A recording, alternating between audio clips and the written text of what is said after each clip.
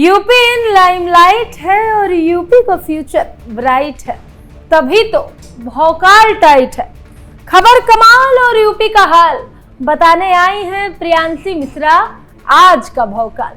सबको मेरा राम राम नमस्कार। कैसे हैं आप सब? आशा करते हैं कि अच्छे होंगे, मस्त होंगे। तो आज फिर से बात होगी अखिलेश भैया की। जी हाँ भैया, उन्हीं के बारे में आज फिर से बात कर ली जाए।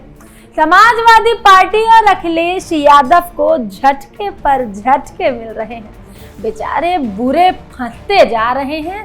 कहीं उनके दोस्त उनके साथ बगावत कर रहे हैं तो कहीं बीजेपी वाले FIR कर दे रहे हैं। बेचारे अखिलेश भैया कहाँ कहाँ क्या क्या निपटाएं, उनको खुद ही कुछ समझ में नहीं आ रहा है। अखिलेश भैया बाहरियों के साथ साथ अपनों से भी मात खा रहे हैं। खुद उन्हीं के नेता उन्हीं के लिए मुसीबत खड़ी करते जा रहे हैं। पहले आपको अखिलेश भैया की बढ़ती मुश्किलों के बारे में बताते हैं, फिर बताएंगे कि कैसे उन्हीं के नेता उन्हीं के लिए गड्ढा खोदने पे लगे हुए हैं। बहुत भौकाल टाइट कर रहे थे अखिलेश भैया कांग्रेस के साथ। मिल गया फल, दिखा दी कांग्रेस वालों ने उनकी औकात। अरे दरअसल हुआ क्या कि कांग्रेस ने अखिलेश भैया को करारा तमाचा जड़ दिया।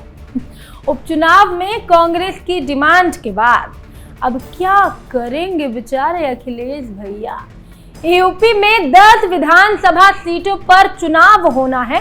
हालांकि तारीख अभी आई नहीं है, लेकिन फिर भी कांग्रेस ने अखिलेश भैया को झटका दे दिया है और अपना भौकाल टाइट कर लिया है।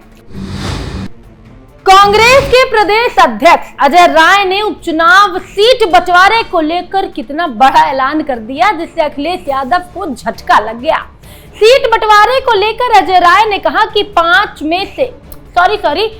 में से 5 सीटों पर हम अपना दावा करते हैं और 5 सीटों पर सपा मजबूती से अपनी लड़ाई लड़ेगी। बाकी जो भी राष्ट्रीय नेतृत्व का फैसला होगा उसको वो मान लेंगे, लेकिन वो कहते हैं कि 5 सीटों पर तो उन्होंने दावा किया है। यूपी में जल्दी ही विधानसभा की 10 रिक्त सीटों पर उपचुनाव होने हैं। इनमें से एक सीट है सीसामऊ कानपुर की, जहां पर सपा विधायक इरफान सोलंकी को सजा होने से वो खाली हो गई थी। वो भी बेचारे सजा काट रहे हैं। कैसे कैसे नेताओं को सपा में जगह मिल जाती है, अखिलेश भैया क्या करते हैं, कैसे ऐसे नेताओं को भर लेते हैं पार्टी में, हमको कुछ भी समझ में नहीं आता है। चलिए आगे बढ़ते हैं और आपको बताते हैं कि बीजेपी ने अखिलेश यादव की और समाजवादी पार्टी की नींद कैसे उड़ा के रखी है। समाजवादी पार्टी की मीडिया सेल के सोशल मीडिया अकाउंट के खिलाफ FIR दर्ज हो गई है। आरोप ये लगाया जा रहा है कि अकाउंट पर प्रधानमंत्री नरेंद्र मोदी जी यानी हमारे मोदी जी और उत्तर प्रदेश के मुख्यमंत्री यानी योगी आदित्यनाथ जी को लेकर आपत्तिजनक पोस्ट किया गया है, जिसके बाद बीजेपी के नेता विजय कुमार भुर्जी ने शिकायत दर्ज करवा दी। अब आपको ये भी बता दें कि यह शिकायत कहां दर्ज है। यह शिकायत दर्ज है लखनऊ के हजरतगंज थाने में। भाजपा नेता विजय कुमार भुर्जी ने यह आरोप लगाया है कि समाजवादी पार्टी के media cell social media site यानी X, जिसको पहले ट्विटर कहा जाता था, उस पर 3 अगस्त को प्रधानमंत्री नरेंद्र मोदी और मुख्यमंत्री को लेकर कुछ आपत्तिजनक पोस्ट किए गए थे। पुलिस इस मामले की जांच में जुट गई है। सिलसिले में सपा मीडिया सेल से जुड़े लोगों के साथ भी पूछताछ की जा रही है। कहां कहां फंसते जा रहे हैं बेचारे अखिलेश भैया, कुछ भी समझ में उनको खुद नहीं आ रहा है कि वो राजनीति में आखिर कर क्या रहे हैं। अब आइए इस पूरे मुद्दे को एक तरफ लेके चलते हैं और दूसरे मुद्दे से आपको रूबरू करवाते हैं जो आज के एपिसोड की सबसे चटपटी बात है। तो आइए आपको एक मजेदार मुद्दे की तरफ लेके चलते हैं जो आज के एपिसोड की चटपटी खबर है। जया बच्चन और जगदीप धनखड़ का वीडियो सोशल मीडिया पर आजकल ट्रेंड कर रहा है, जिसमें दोनों सदन में लड़ाई वगैरह करते हुए नजर आ रहे हैं। अभी बहस क्यों हुई, क्या हुआ, क्या था पूरा मामला, चलिए सब कुछ आपको बताते हैं। सपा सांसद जया बच्चन को दरअसल जगदीप धनखड़ की टोन से दिक्कत है, जिस पर उन्होंने आपत्ति जताई और स्पीकर महोदय से उनके सामने एकदम भौकाल टाइट करने की कोशिश की है, सफल नहीं रह पाई पर उन्होंने कोशिश की है। जया बच्चन ने कहा कि मैं एक कलाकार हूं, मैं शरीर की भाषा और भावों को समझती हूं, लेकिन आपका लहजा सही नहीं है। आप मेरे सहकर्मी हैं लेकिन लहजा अस्वीकार्य है। क्या बोला है उन्होंने, सहकर्मी? गौर दीजिएगा इसको और वीडियो देखिए पहले। Honourable members, Jaya Amitabh Bachchan is the last speaker on this point, please ma'am. Sir, मैं जया अमिताभ बच्चन ये बोलना चाहती हूँ, मैं कलाकार हूँ, बॉडी लैंग्वेज समझती हूँ, एक्सप्रेशन समझती हूँ। और सर, मुझे माफ़ करिएगा मगर आपका टोन जो है is not acceptable. We are colleagues, sir. You may be sitting on the chair. मैं जया जी, And I remember when I went to ji. school. अरे भैया, जया बच्चन और धनखड़ कलीग कब बने? ऐसा है क्या? दोनों एक ही कैटेगरी में आते हैं क्या? हमको तो पता था कि जो सभापति होता है वो उपराष्ट्रपति होता है, राष्ट्रपति के बाद उपराष्ट्रपति आता है और उसके बाद प्रधानमंत्री आता है। ये तो हमको पता ही नहीं था। पता नहीं, शायद मैडम ही सही बोल रही होंगी। लेकिन जया बच्चन जी ने जैसे ही सभापति के टोन के बारे में बोला तो सच में तब तो धनखड़ जी एकदम से बौखला गए और भौकाली स्टाइल में जया बच्चन जी को जवाब दिया और उनको डांट लगा दी। ऑनरेबल मेंबर्स, बैठिए बैठिए बैठिए बैठिए बैठिए, I know how to deal with it, बैठिए। जया जी, you have earned a great reputation. You have earned a great reputation. You know, an actor is subject to the director. You have not seen what I see from here. Every day, I don't want to repeat. I don't want schooling. I am a person who has gone out of the way. And you say, my tone? No seat given to you. No, don't applaud now. No, enough of it. Enough of it. No, enough of it. You can't have it. You may be anybody. You may be a celebrity. You have to understand the decorum. No, nothing doing. Nothing. No, not at all. I will not bear it. One second. Please sit down. Please take your seat. No. Never carry an impression that only you build reputations. We come here build reputations. We live up to reputations. Nothing doing. No. Dhankhar साहब ने बोला कि you may be anybody, you may be a celebrity, but you have to understand the decorum. हाँ, ऐसे ही फर्राटेदार English बोले थे वो, हम भी थोड़ा सा बोल लेते हैं।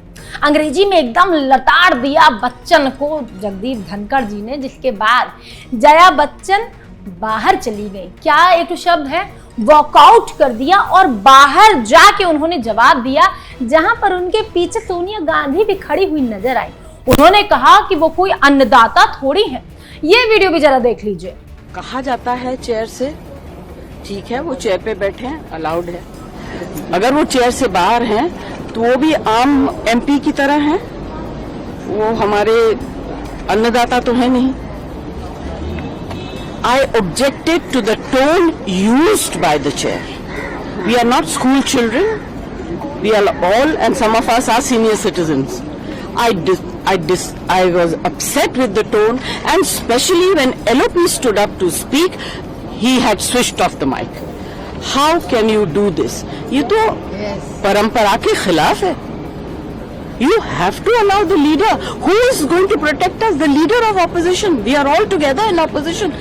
If you are not going to allow him to speak, if he is not going to be heard in the house, then what are we doing? And on top of that, I mean, every time using words which are unparliamentary, which I don't want to say in front of all of you. You are a nuisance, बुद्धिहीन, ये सब शब्द जो है treasury bench वाले भी बोलते हैं। सेलिब्रिटी, हाँ, ये he said you may be celebrity, I don't care.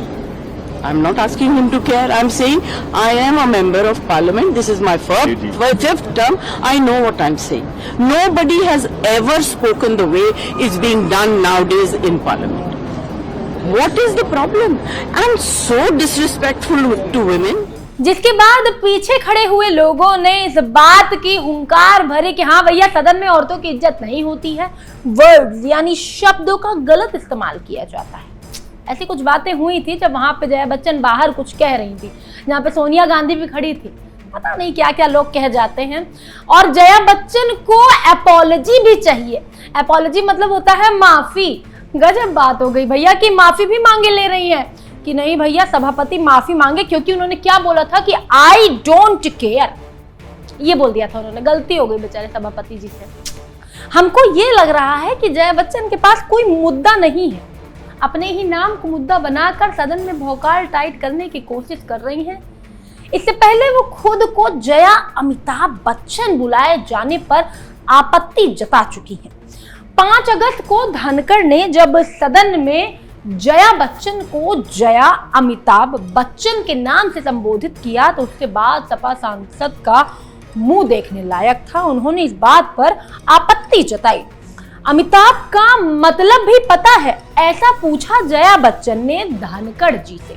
और उसके बाद धनखड़ जी ने बात को संभाला अपने तरीके से। उन्होंने पूरी तरह बात को संभाला और उनको कहा कि नाम बदल लीजिए, ऑफिशियल नाम जो आपका है उसको बदल लीजिए। इस बात की उन्होंने नसीहत दी। वन सेकेंड माननीय सदस्यगण, मैं आपको बताना चाहता हूं, माननीय सदस्यगण, प्लीज प्लीज प्लीज, माननीय सदस्यगण, I had the occasion to go to France and I went to a hotel in Normandy and it was informed to me by the management that every global icon, the photograph is shown there. I went through the staircase, photographs were shown and Shri Amitabh Bachchan photograph was there. I certified and that was in 2004 or so. So ma'am, the entire nation is proud. अब इस पूरे मामले में Samajwadi party भी कुछ ना कुछ तो करेगी ही, तो उनकी तरफ से भी प्रतिक्रिया आई है।